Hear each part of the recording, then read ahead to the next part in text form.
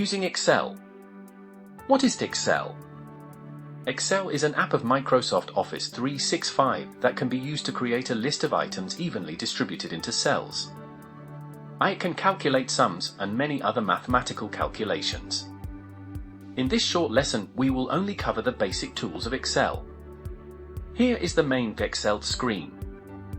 All the ribbons and tools are very similar to those in Word and PowerPoint, so you are already familiar with them.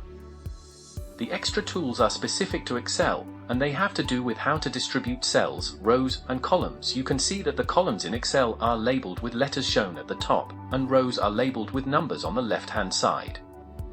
That way, it is easy for you to find your way around the document and easily locate a cell. For example, you can see text in a cell here. This cell is called D12 because it comes from column D and row 12. Get used to this naming convention. Input text or numbers. First, place the cursor wherever you want the text or number and start typing. In this example, we are going to type a list of landscaping jobs in column A.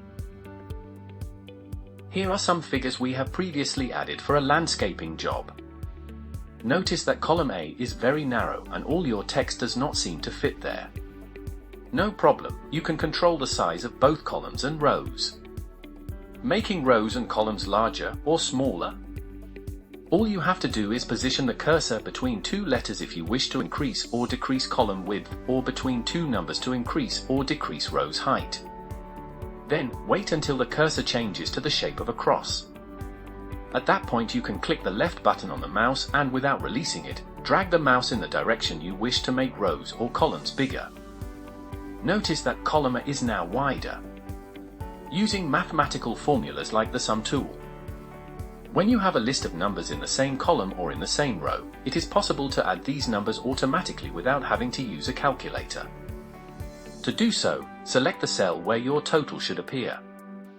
Then click on the sum symbol located on the top right section of the Home ribbon. You will see how the items likely to be added are now highlighted, and if you are happy with this selection, just press Enter. Create a formula. Alternatively, you can tell Excel what cells you wish to add together by creating your own customized selection. 1. Click on a cell where you want to input a sum. 2. Click on the Sums tool. 3. See the tab directly above your column's letter, and inside this box type the formula as follows: =, sum, open parenthesis B7, C7, close parenthesis, and then Enter. This tells Excel to add only the numbers you input in cells B7 and C7. Only those two items are added. There are many other formulas and tools in Excel, but the Sum tools is the most likely tool for you to use at this level. Adding borders to your cells.